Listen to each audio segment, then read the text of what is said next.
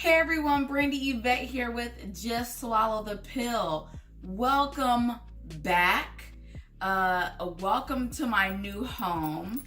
I did a crazy move over the weekend. I moved from Las Vegas to Phoenix, and it was actually a very seamless move. A friend of mine flew out to Vegas and drove my moving truck back, and I drove my SUV, and my movers were waiting for me when I got here, and they moved me right on in, and I'm still in the process of unpacking. You know, that is like the most difficult part, is like unpacking and trying to find stuff and where you want things to go. Quick funny story for you guys. So this house that I have came with a doggy door, and so my dog is 10 years old, and he's not really familiar with the doggy door. He's rather bougie, and so he is the type that's like, you better open this front door for me so I can go out. What do you mean doggy door? And so I really didn't pay it any attention. I just left it open so he can just kind of maybe experiment. I was hoping he was gonna get curious and kind of experiment with the doggy door. And I saw a opening on my patio door at the bottom, between the bottom of the door and the ground. And I really honestly didn't even think my dog was going to go out of the doggy door at all. I thought he was just gonna be too scary. Child, I came home, honey, and I yelled all through the house, could not find the dog. Ran outside. First of all, y'all know I was frantic because my dog, anybody who knows me knows, you know, my dog is like my heart. He's like my child. And I've had him since he was 6 weeks, and he'll be 10 next year. So y'all know, like, we tight, we thicker than thieves. And so I'm like frantic, like, oh my God, I can't believe my dog. Ran outside, child. This dog is up the street walking with some random lady.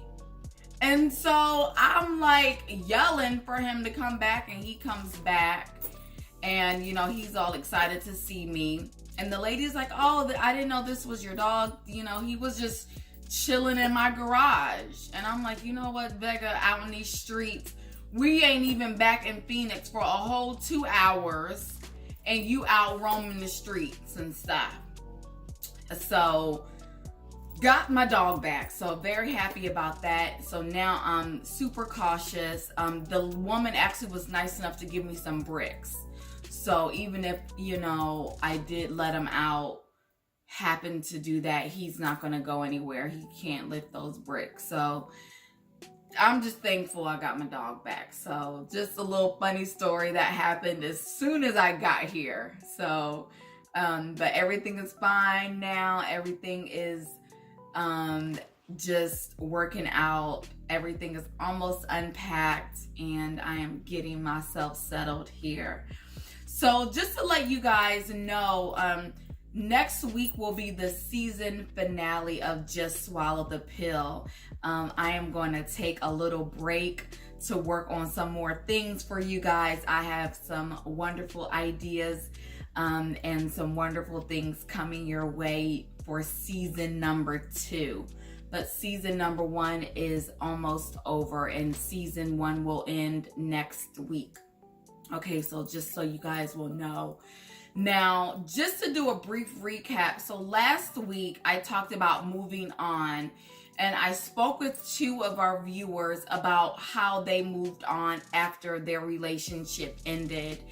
And what I really found, you know, as far as the perspective goes, is really moving on, you make what moving on is for you. Moving on does not have specific steps that you must take. Moving on is really going to be dependent upon you and your process and how you decide that you want to move on.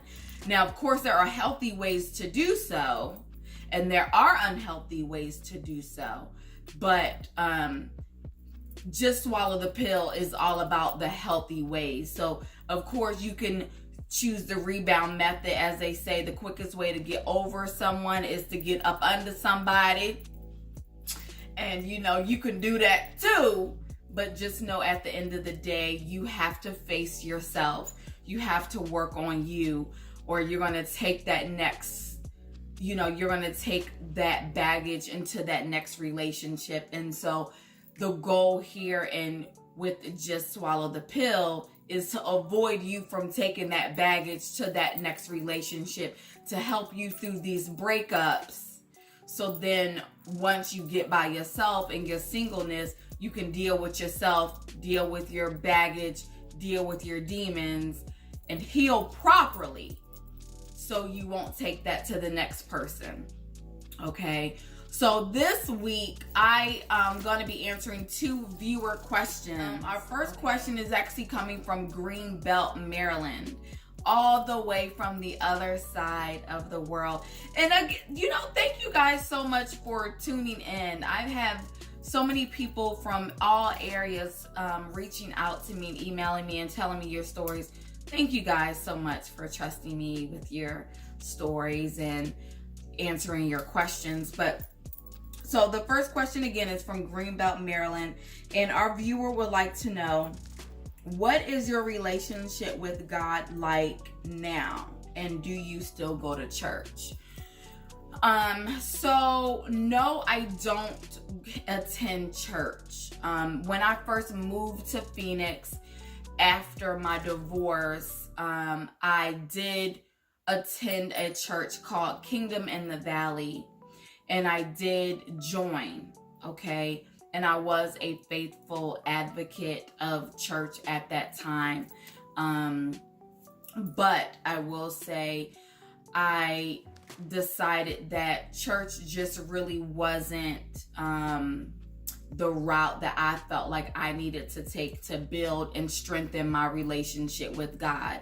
Now, I do believe in church for, what it can be. I believe in the idea of church. So I would never tell anyone, don't go to church, or church is a waste of time, or anything like that. I just personally don't feel like church helped strengthen my relationship with God. Most people feel like church is, you need that to strengthen your relationship with God.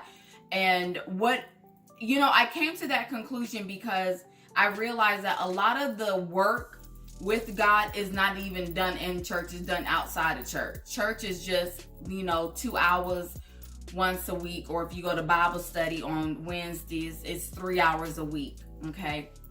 But personally, I found that the real work is done outside of church. You have to read your scriptures, you got to, write your notes, you have to read your books outside of the Bible to get other perspectives. You have to listen to sermons from other preachers. I do believe in listening to multiple men of God or women of God.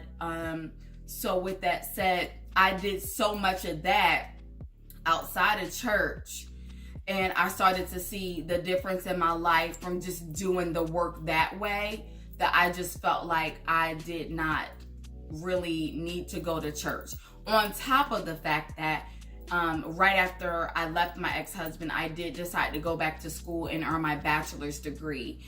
And when I was doing that, that also took some time away from church as well. So there was a couple of factors that pulled me away from church, but it didn't pull me away from God though. So right now, of course, God and I, as many other people, our relationship is always going to be a work in process.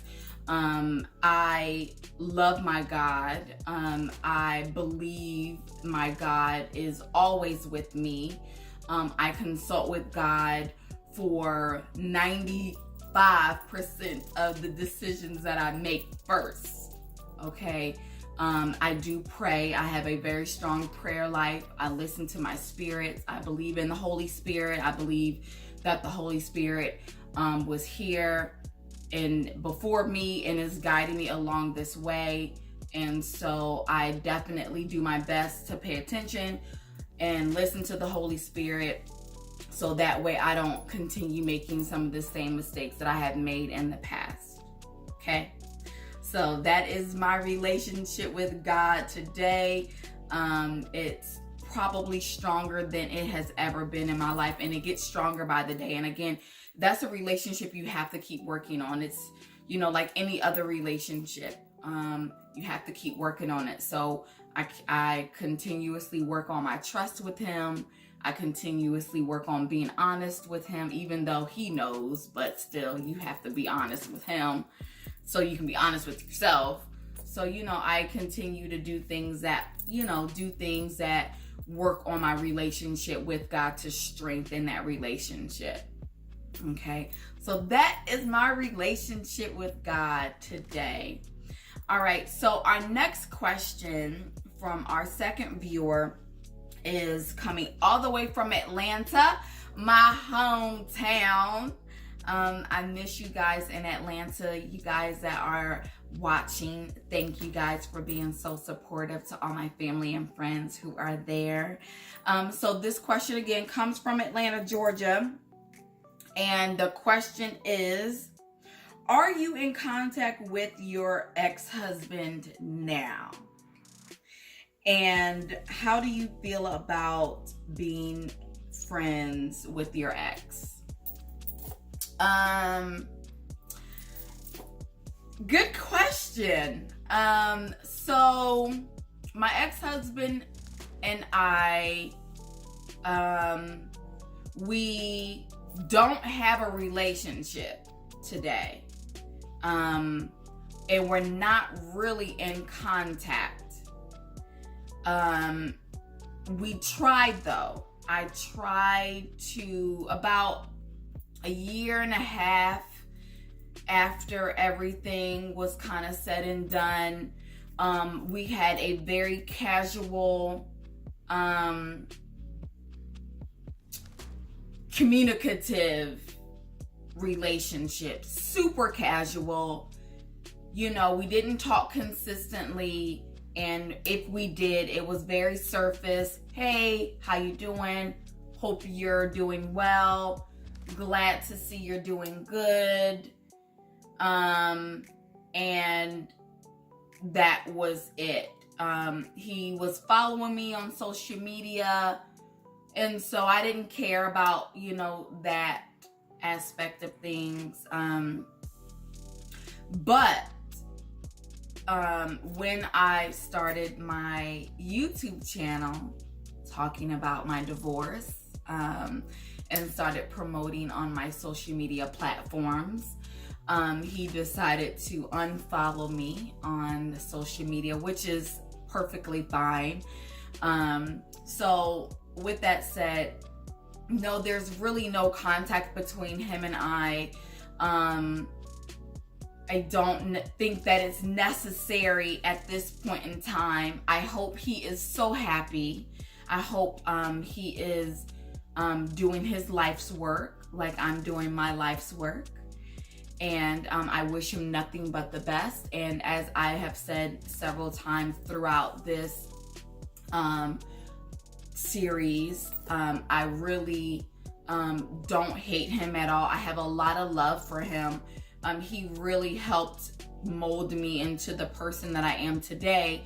And whereas, yes, I do blame him for a lot of the turmoil, and that wasn't my fault.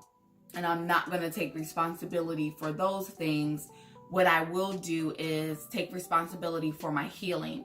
And part of the responsibility of my healing is forgiveness. And so I have forgiven him for the things that he's done. And he will always have a little itty bitty tiny teensy incy wincy place in my heart, again, just because he helped me become who I am today. And he helped me love myself. He helped me find Brandy.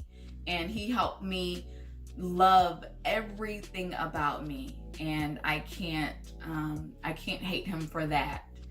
And so the second part of that question, do I feel like exes can be friends? I feel like if it's healthy, Just Swallow the Pill, again, is all about healthy healing.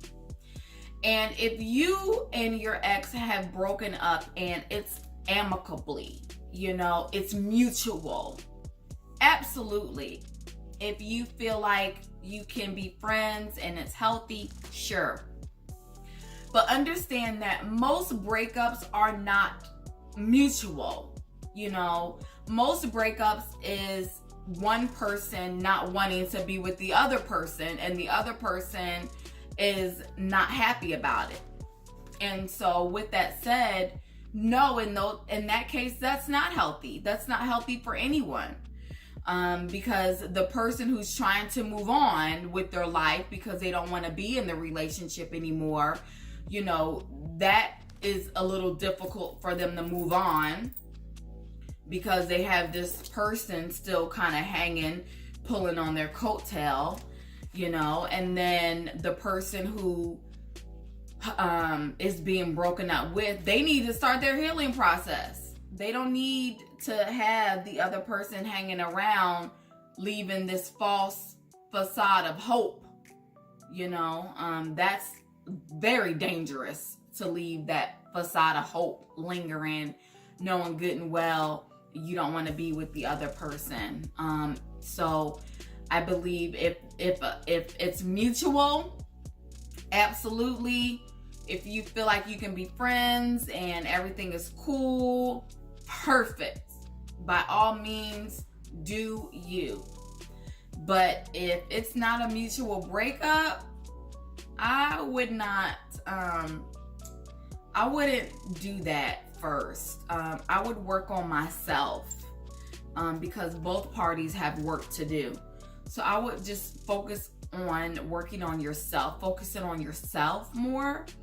And then later on down the line, if you feel like you could be friends with your ex, then absolutely. But honestly, when you put so much time in there, time and space in there, sometimes you don't even that person isn't even like your type of person anymore.